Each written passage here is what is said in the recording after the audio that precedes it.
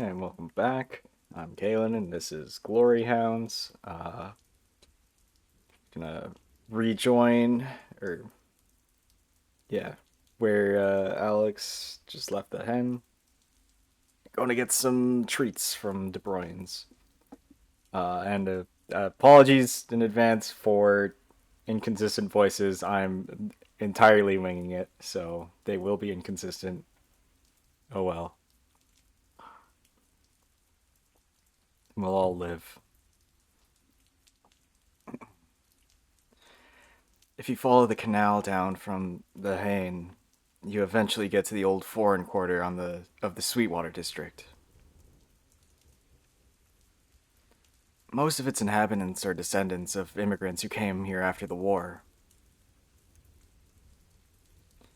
It's by far one of the most densely packed areas of Shippersburg, with every square meter having a restaurant or store offering food or goods you can't get anywhere else.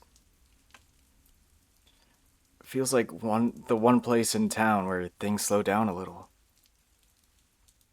There's fewer screens, fewer obnoxious neon signs, and just a little past the Indian restaurant I always wanted to try, there's a little corner store.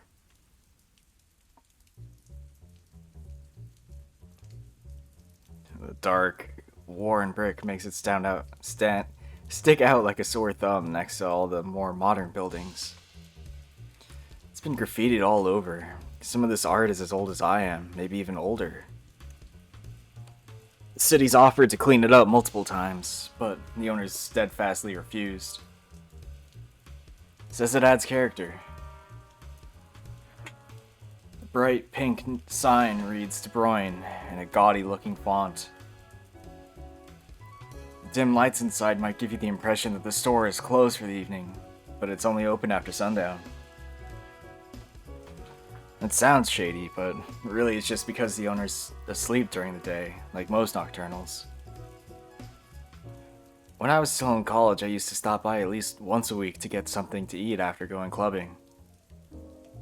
I'd grab some kielbasa and eat it all in one go at 3 in the morning. Ah, those were the days.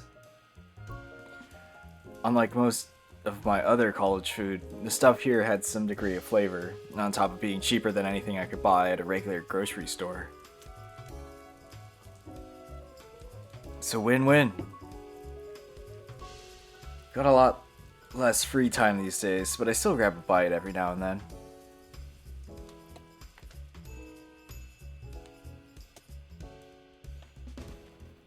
Shrill doorbell announces my arrival, almost loud enough to rupture my eardrums.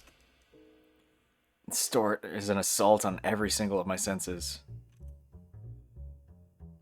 It's cluttered and claustrophobic in a way that only the smallest of corner stores can manage.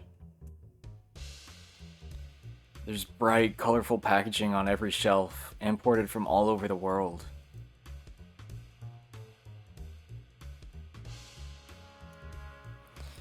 There are lots of foreign goods here. Sake, changa, and possibly sour candy. And my favorite, the pastries they usually keep under glass near the counter. Smells enough to make both my eyes and mouth water. An entire experience crammed into a place probably no bigger than my living room. Probably the greatest fire hazard in town. Mrs. Bryan? I'm greeted by a voice almost as squeaky as that front door before its owner comes hobbling out of a small hallway behind the counter. Alex, sweetie! She rubs at her eyes, fixing her brightly colored headscarf I've never seen her without. Her eyes, or at least what I can see of them, light up when she sees me. I can't help but smile back at her. It's like I'm seeing my grandma again, except for wings and big ears and suspiciously sharp teeth. Hey, Mrs. De Bruyne. It's been a while since the last I saw you. You've gotten so tall. I'm pretty sure she just got a bit smaller. With a grunt and a crack of her back that can't be good news, She drags out a crate from underneath the counter to stand on. She can't reach the register without it. It's old and battered from years of use. I remember local kids making a game out of trying to steal it. I won't confirm or deny having been one of said kids. As many tricks up my sleeve as spots on my face, the neighbors used to say. How have you been? She wrings her bony paws, almost knocking over a small newspaper stand with her wings. It's as if it's a question she's been preparing for her entire life. Wonderful, dear. Absolutely wonderful. Her Lockean accent's as thick as it's always been in the 22 years I've known her. Business has been, what's the word again? Exploding? Booming? Booming, yes. It's the tourist year. The rainfall's put a bit of a damper on things, but on good nights we have more customers than the Lutetian Museum. I see more tourists than townsfolk these days. Probably stopping by Shippersburg for the weed. I was just telling Andrea the same thing. It's good to see young ones so interested in the local culture. Yeah, it's the weed. You'll be taking the usual, yes? Mm-hmm. Can you pack in one extra this time? I could use a little boost. For you, I'll pack in 2 extra. You're thin as a rail. Could use some meat on those bones. I just eat what my budget allows, really. Definitely not enough, then. 3 it is.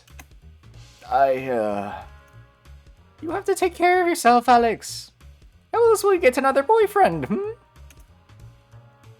After dying a little inside, I clear my throat. It's okay, ma'am. I'm not exactly on the market right now. Nonsense! The market stays open until the meat goes bad. You'll never know when another customer will show up at your door. How do you think I met Andrea? Bingo club? Online dating! And let me tell you, the 90s were a different time. None of those apps or hookup places or... Please stop. Uh-huh, mm-hmm. You youngins have it easy is what I'm saying. I guess I've been playing this game on hard mode all this time then. She waddles on over to the pastries. As she bags them, their sickeningly sweet smell starts wafting through the air, overpowering nearly everything else. I grab my wallet, taking out €5 bill as she hops up onto the milk crate and starts tapping away at the register. Alright, this plus that, carry the 2, and... We're open! Excuse me for a moment, dear. She hops off the crate and heads for the door. I'm left standing there, €5 bill in hand, so close to my pastries I can taste them already. Open up, Granny! I know you're in there! More knocking. No, ramming. The door handle rattles wildly, sending the bell connected to it into overdrive. I prick my ears up and sniff the air so I can get maybe a hint or two of what it is. But I can only smell the pastries. Slinking behind the stacked shelf facing the door, I take out my phone. Open! The person on the other end kicks the door so hard that I see wood bits coming off.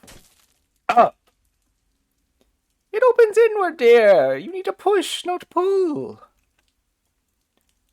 Mrs. De Bruyne's voice is as soft and sweet as always.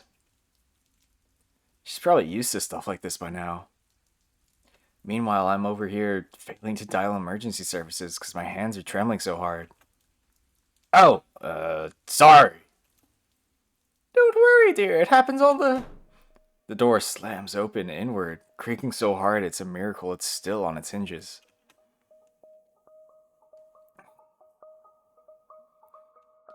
I peer over the bags of sweets on the shelf to see some sort of fish standing in the doorway. Is it a barracuda? It's hard to tell when the lights are turned down so low. Time! The door crashes shut behind him with the ring of the bell and the splintering of wood. I duck, hoping to God he hasn't seen me yet. Ahoy, ma'am! We're on the 7 Seas and you haven't paid your fees yet. Fees? Emergency services, emergency services. Ah, so those large ears of yours ain't just for show. Ha ha! Mrs. De Bruyne lets out an affronted gasp. I don't know if it's because of the insult or whatever this pirate act is supposed to be. That's right, Granny. Fees. Protecting money. Keeping the streets clean doesn't come cheap, you know. There be debts to be paid, coffers to be filled. I pay my taxes same as everyone else, thank you. Well, see, this is a new kind of tax. You pay us, and we make sure nothing bad happens to ye. Give and take. You get what I'm saying, madam. And won't be necessary. This is one of the safest neighborhoods in the city. Aha! Oh, but accidents happen when you least expect them. You don't want that, do ya? Well, neither do I. And neither does Captain Ahab, scourge of the saltwater. Is that a threat, dear? The Saltwater Syndicate doesn't make threats, ma'am. It's just a suggestion. I've dated eels less slimy than this guy. I get as low to the ground as I can, and finally manage to tap the call button. The line beeps, and for a second, I hear my heart pounding in my throat. Hello? I steady my breathing and try to be as quiet as I can, but as that barracuda continues his shtick. Help me, please, Thank you for calling Shipperberg's Emergency Services. For matters involving the police, please press 1. Fuck. Voice command not recognized. Please refrain from calling emergency services outside of emergencies. Continued misuse will lead to... I close the call, crawling over to the edge of the shelf to peek around the corner.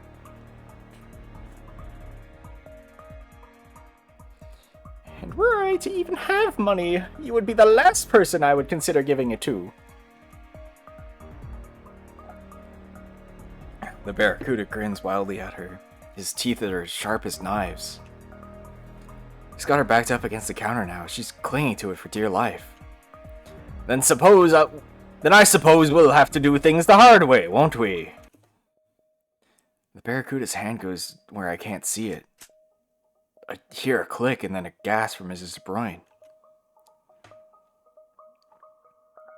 Next thing I know, the man's got a pistol pointed straight at her head. It's an old flintlock pistol, like something straight out of a pirate movie. Except it's real. And right in front of me. And probably doesn't fire blanks. Someone has to do something. I have to do something. Think, Al. Think. I scan the shelves for anything I can use. Maybe there's something heavy in here. My eyes fall on a large plastic condiment bottle. I try sniffing to see what's even in it, and I have to hold my in-a-pain sob almost immediately. It's sweet, sour, spicy, all at the same time. Are those onions floating in it? What is this unholy concoction? Get it together, Alex. You have to do this. For once in your life, get your shit together. I get up, gripping the bottle so tight I can feel my paw getting sweaty. Hey!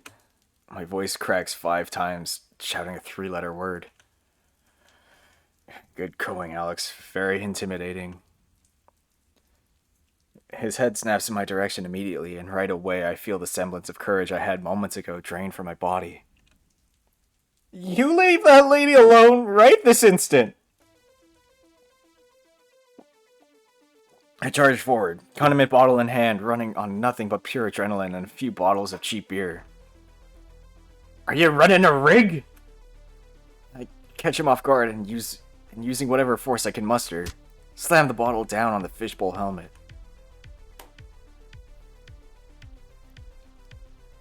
While the soft material it's made of cushions the blow. The barracuda falls flat on his ass regardless. The cap of the bottle on the ground next to him. He looks up at me, dazed, growling. It'd been funny if he wasn't carrying a deadly weapon.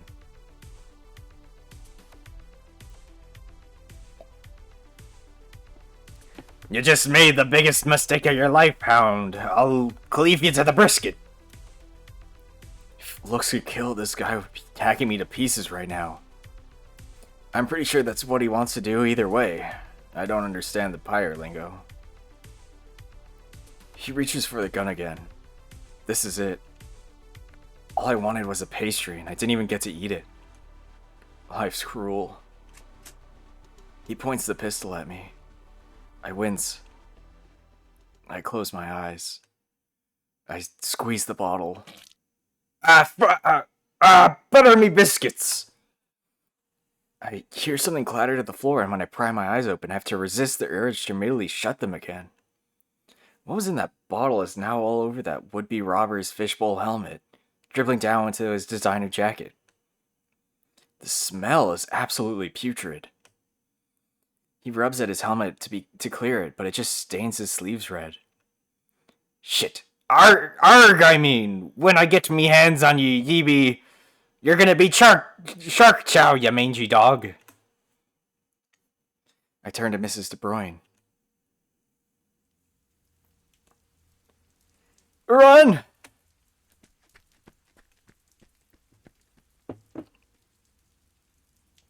It takes her a moment, but she nods and disappears, sprinting for the door. Just me and Pirate Pete over here now. Why did I do this again? He's rubbed away most of the sauce on his helmet, but the rest of his clothes are a mess of blood-red stains. Blood-red stains that smell like an expired hot dog. I try kicking the gun away, but he's gotten to it before I can even get my foot up. This is what you get for messing with Ishmael, matey.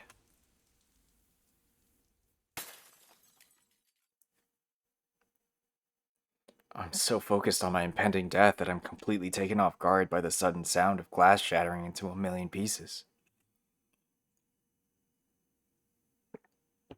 A rush of cold air washes over the tiny store, its intensity only matched by the sound of the booming voice that follows.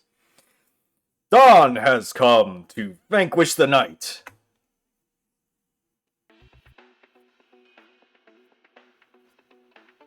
When I turn my head, the storefront window is busted beyond recognition.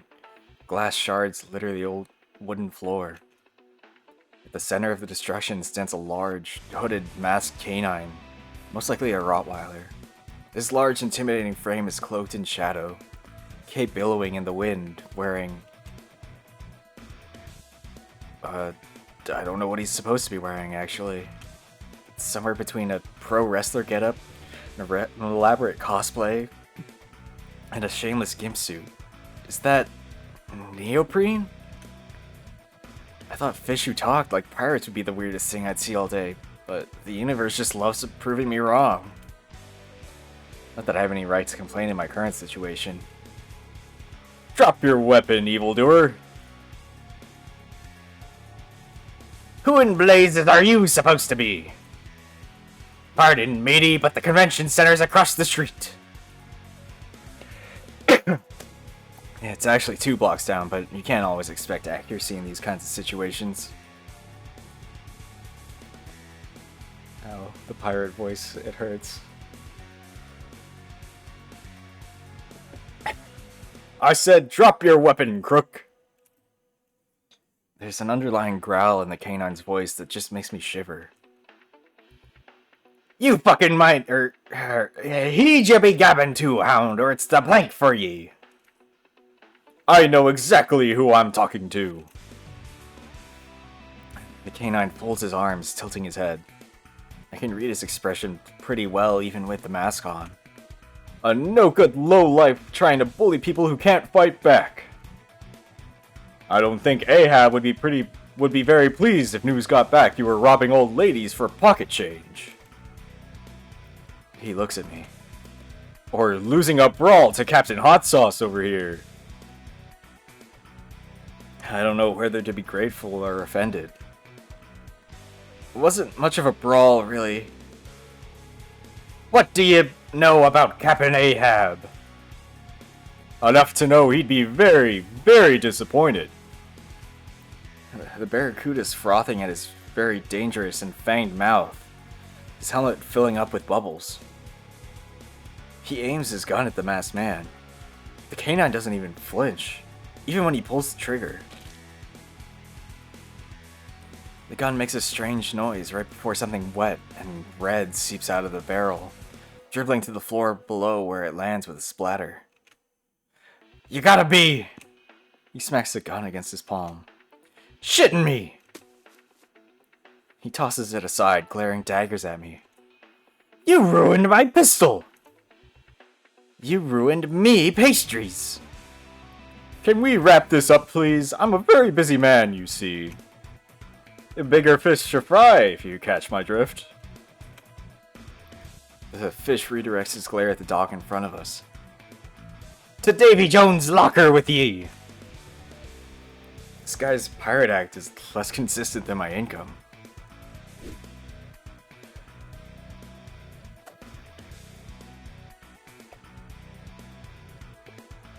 He charges at the masked man, who gracefully dodges, nearly sending him flying through what's left of the window.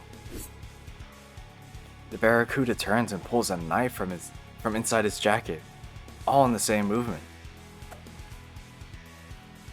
He swipes it at the dog's throat, but the masked man's already ducked, winding up for an uppercut that sends the robber crashing against the rack of gossip magazines next to the door. While its impact is undeniable, the exertion leaves the canine winded, panting. Had enough? The barracuda twitches for a moment, then charges at him. I have to answer his question. The dog narrowly avoids another slash at the would-be robber's knife, but not the fist that connects with his stomach right after. The shelves shake when he makes impact with the floor. Bags of chips come ringing down. Suppose I should be asking ye that question. The fish points his knife at the masked man. I want to help him, but my legs have turned to jelly. The crook's eyes narrow as he glares at me. Ye be next. No, you are. Dog rolls onto his back. Villainy 101. Don't gloat until the job is done. He kicks upward, hitting the fish's hand, and the knife goes flying. Spot! My eyes meet the dog's, and I understand without him needing to explain. Putting my shoulder forward, I run as fast as I can towards the robber. Oh! I crash into him hard. Light as he is, he goes flying, falling out the broken window and onto the cold, wet street outside with a pitiful scream. He staggers to his feet, his once pristine jacket now covered in stains and spots, torn in more than a few places. You ain't seen the last of me, mutts!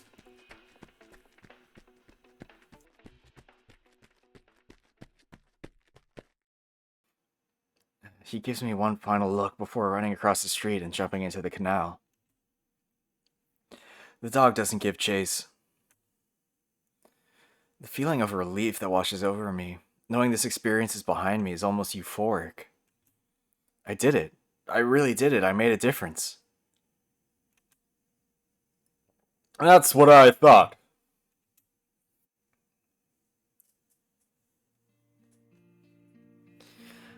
The dog turns his attention to me. I brandish the bottle at him out of instinct. It's almost empty at this point. With a quizzical cant of his head, he laughs. Loudly. Raising a paw, he takes a step closer. He smells of expensive cologne, with hints of lime and ginger. I like it. I'm not gonna hurt you. What's your name? I'm so wound up I can't even remember my own name. Spot it is. He points to himself with a thumb. I'm known as the Dawn Hound. A proud grin stretches across his face, like I'm supposed to have any idea what he's talking about. Known by, whom? Oh, well, you see. He clears his throat, looking at his feet. I'm still getting the word out there. He goes quiet. I look past him out the broken window, where people have begun to crowd around. You're not going to go after him? Rest assured, he'll get what's coming to him. Ahab's men might be a slippery bunch, but they're not the brightest anglerfish in the ocean. He flashes what looks like a very fancy wristwatch at me. If they were, they might notice the trackers. This is some spy shit. Who's this Ahab person? You've never heard of Captain Ahab, Scourge of the Saltwater? Can't say I have. Count yourself lucky. He runs a little crew in the Saltwater District. He puts air quotes around the word crew. They call themselves the Saltwater Syndicate. Gang of thugs, really, but lately they've been getting bolder. And the police? He shakes his head. Can't do anything, I'm afraid. No one knows exactly where his base of operations might be. Every safe house they've busted has been, well, a bust. But that's where I come in. I'm going to... He catches himself. I, can't tell you more than that. Confidential information. Hero things. He says that, but his tail's wagging like crazy. I must be the first to ask about any of this. Say, I couldn't help but notice the logo on your hoodie. You work for Brevard? Regrettably. Don't enjoy your job? Not much of a job, really. I'm just a gopher in repairs, but it pays the bills. Who knows, if I'm lucky, maybe I'll have paid off my student loans in time for the retirement home. I had no idea the situation of the company was that dire. Huh? He looks away, fidgeting. Nothing. I hear a beep. Something lights up under his hood. He touches his ear, and then I hear a voice. Police are closing in on your position. I suggest making an escape now, sir. The accent sounds foreign. Rus, most likely. If I wasn't confused as hell about everything going on, I'd say it was sexy. Right. Target swam through the net. Over. I will watch him like Hawk watches her sleeping young. He will not leave my sight. Wasn't expecting anything less from you. Over and out. Gotta go? Much as I'd love to stay and chat, it was a pleasure meeting you, Spot. You really held your own back there. He extends a paw. I take it and shake it. He's got a really firm grip, but that's to be expected. Alex. My name's Alex. Spot fits you better. You know, 'cause of all the... He gestures to my face. Hey! I swat his hand away, much to his amusement. We lock eyes. There's a goofy grin on his face. It's kind of cute for a guy in a gimp suit. I can hear police sirens in the distance. I guess the voice on the radio was right. Maybe Mrs. De Bruyne called them over. I'll see you around then? I should hope so. I could use a sidekick. Sidekick? Pretty sure I saved your bacon there, big guy. I poke his belly. He laughs raucously. Exactly. Can't think of a better person to fill those shoes. You've got the spots, now earn the stripes. I'll have to fetch my resume. I'll keep an eye out for it. He pats my shoulder. His paw's so warm. Or maybe I'm just really cold and clammy. Good night, Spot. Night, Dawn Hound. Feels strange to hear other people call me that. It's a hard name to forget. I wink at him, but I can see if his face turns bright red. I'll be off then. Farewell, citizen.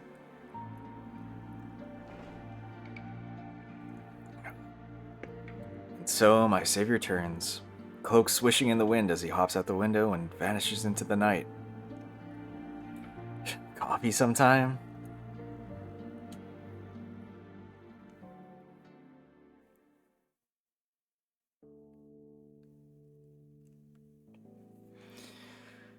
Jesus Christ. Turns out that when cops find you alone in a store with busted windows and destroyed shelves, they might have questions for you.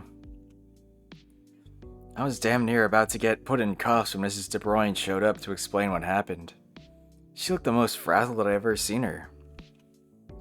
I was hoping to get some time to myself to decompress, but when I get home, it's almost 11. Stepping into the living room feels like walking into an entirely new world after all that happened. A less adventurous one, I can only hope. Seems like Max already went to bed. He left the mail on the kitchen counter along with some empty nectar bottles. I'll have to check it later. Once my messenger bag's on the table, I put my seriously flattened, but still edible pastries in the fridge. Most of it's taken up by what looks like to be an enormous casserole? Lasagna? Abomination. Let's go with that. Huh, there's a sticky note attached. Save some for you, Max. I touch it through the plastic foil and immediately regret what I've done. Hard as a brick and slimy as all get out at the same time. How do you even manage that? It's like I'm poking brain matter. It smells even worse. Ugh, gross. It collapses in on itself when I retract my hand. Suddenly I don't feel like dinner for the next 5 days. I try to ignore the abomination as best as I can and just go for a can of soda and a bowl of potato chips. The cornerstone of any nutritious diet. I shouldn't be having caffeine this late, but there's no one stopping me, is there? My usual spot on the couch secured, I stuff a handful of potato chips in my mouth. TV, turn on. The screen flashes to life, lighting up the room and almost incinerating my retinas in the process. Good evening, Alice DeRoy. The date is Friday, April 20th, 2035. The time is 22:56. What would you like to watch this evening? I shrug. Surprise me.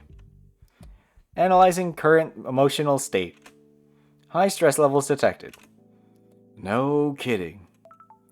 Analysis complete. Selected programming will now commence.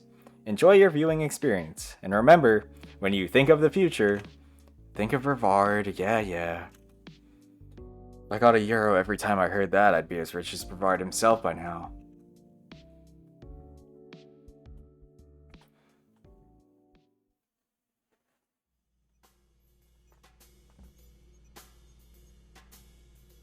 You really think he is the one? He faced an armed enemy alone, without a moment's hesitation. Figured even you would be impressed. He caught common robber unawares and lives to tell the tale. He was reckless, careless, lucky. Had it been real battlefield. Lighten up, sunshine. Taking this even more seriously than I am. And you are not taking things seriously enough. One thing to play vigilante, but to place trust, life, in hands of this untrained stranger would not be prudent, sir. You forget, my friend. The greatest men and women on earth were untrained strangers once. As was I, as were you. All it takes to be a hero is a nose for trouble and the balls to go look for it. Alright, very well. We will see if he has potential. Knew you'd come around. I am not around. I am not even in vicinity. But I am intrigued, I suppose.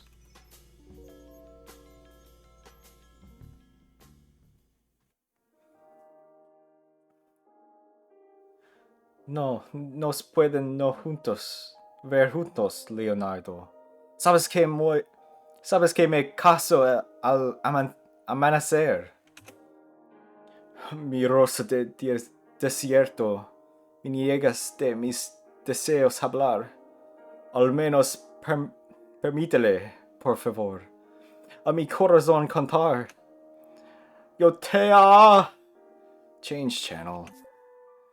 From the creators who brought the stars to the stage 3 times before comes another galaxy-spanning adventure like no other. Ad Astra on Ice. Relive the Change channel. Has this ever happened to you? Well, I'd love to buy a car, but most models are so small. There's just no room for my neck. When I drive, my trunk gets tangled around the steering wheel. I've had 3 accidents and counting. What do I do? Brevard brings the solution to your doorstep with its patented Change channel, please. And now for the local news. I'm about to change the channel again when Mrs. De Bruyne's storefront appears on the screen. A robbery in the streets in the Sweetwater district tonight was narrowly thwarted by 2 unlikely heroes. I swallow the potato chip I've been chewing on for a good while. I almost fall right off the sofa when I lean forward. The situation seemed dire for 63-year-old store owner Maria De Bruyne after a robber claiming to work for the Saltwater Syndicate forced her against the counter, holding her at gunpoint. It's the latest in a string of recent robberies claimed by the Syndicate. Police suspect... As it switches to security footage, my phone lights up like a beacon. Willem's calling. Yeah? So I'm watching the news. Can you believe they're rebooting Ad Astra again? Don't you go changing the subject on me. That bloke what stopped a robbery at Mrs. De Bruyne's place. That wouldn't happen to be you now, would it? I give the screen a glance. Sure enough, there I am, bottle in hand. At least they took the courtesy of blurring out my face. Not that it matters with all my spots. That could be anyone. You leave that lady alone right this instant! Anyone. I thought I told you to give me a ring if anything happened. Shit, right. I was gonna text him when I got home. I'm sorry. You alright? You're not hurt, are you? Just a few scrapes. I'm glad Mrs. De Bruyne is okay. Can't say the same for her store, though. Who's the big lad? I look at the screen again just as Dawnhound breaks through the window and strikes a pose. Oh, he just showed up. He called himself the Dawnhound. Dawnhound? I bite down on another potato chip. Yeah, he had a costume on and everything. Like the Stinger. Except the Stinger's outfit isn't quite as, whatever that was. Frankly, I'm still processing it. Crazy. I thought he was a stripper or something. I wish. What? Nothing. I hear him grind his beak. Anyway, I would have died if he hadn't been there. I'm glad you're still with us. You still got a bar tab open. Thanks for checking in. I appreciate it. You know, Lou's gonna want to hear this too. Knowing them, they probably already read about it on 10 different news sites. I want to hear it from you, personally. It's the Snyder remarks that I'm worried about. Well, that's what friends are for, aren't they? Fine. I'll let him know what happened at work tomorrow. Attaboy. Good night, Alex. See you at the hen. Night, Willie. In other news, a spokesperson for Raoul Brevard, CEO of Brevard Enterprises, has announced plans for the company's expansion beyond Batavian borders. Change channel.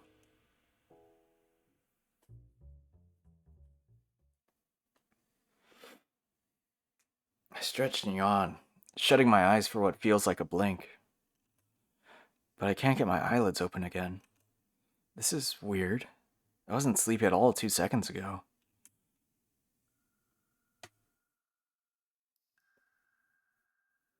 And the next thing I know, I'm somewhere else entirely. It's so dark I can't see my hands in front of my face. I can hear the sound of water dripping in the distance. The pattern is very irregular.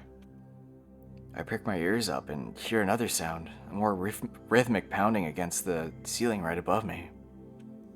It's softer, more distant, and it moves back and forth. Like footsteps. I try walking, reaching out to see if I can maybe find a wall to follow, but all I find is more inky black void. Sniffing the air, I immediately retch. It smells like shit. No, worse. What is this place? Someone's basement? Someone's here at last, it seems. Who was that? Hard to talk while dry heaving. It's good to see you. I have been waiting for quite some time. The voice is coming from all around me, like it's inside my head. What the fuck? I try pinching myself. This is no dream. What do you want? You. Get in line. You misunderstand. That's an understatement. I don't understand anything. What are you, a ghost? Your behavior is unbecoming of you, Alex de Roya. Is that the one? Roya. You're here because you feel lost, unappreciated, helpless. A ghost with a major in psychology. Great. There are many like... What in-between voice was that? There are many like you. This city has lost hope. But it's not completely without. Ah, stop doing that. Stop talking through me. It needs someone to nurture it, someone to protect it. It needs you. The voice rings in my ear after it finishes talking. You will come here again when the time is right. The irregular dripping gets louder, as do the footsteps, until it's a cacophony of indescribable noise. Something shakes me and I lurch forward, out of the darkness, so fast it leaves me reeling and gasping, falling over. Buddy! Hey, buddy! Buddy! The ground beneath me is soft. It takes me a moment to realize it's a carpet. My eyes snap open. I didn't even know they were closed. A blurry shape hangs over my head. I recognize those bright colors. Max? I sit up, banging my head against the coffee table and knocking myself flat again. Almost got another concussion there. Shit, you're really out of it, dog, dude. A hangover? What happened? You tell me, man. I walked in on you tossing and turning and moaning on the couch. Then you just fell off. Fucking hilarious. Wish I'd recorded it. I rub my eyes. My head hurts like hell. I don't know whether to blame the coffee table or the nightmare. I didn't wake you up, did I? Dude, it's 10 in the morning. You're up before noon? I have to start making an effort if I want to get an entire season of Pretty Bunny Angel. Get through an entire season of Pretty Bunny Angel Heart a day, my guy. I have a lot of catching up to do. I look at the crushed potato chips scattered all around me. Shit, what time did you say it was? 10? Oh no. Shit. I scramble to my feet, rushing to the bathroom. I don't look at my phone. I don't dare look at my phone. Brush my teeth, fix my fur. Buddy? Can't talk. Gotta head to work. I run a comb through the fur between my ears. Doesn't help. Save a spot for me on the couch. I might just lose my job today. Join the club. Do you need to make dinner tonight? No, please. No, I'll just get some takeout. Gotcha. When I decide I look and smell presentable, I rush to the door. Max has already taken his usual spot on the couch, where he'll most likely stay until the sun goes down. Bye! See you later, roomie! Alright. And that's a wrap on that one. Go, Alex, you can get to work on time. Surely. Definitely hasn't already started 2 hours ago.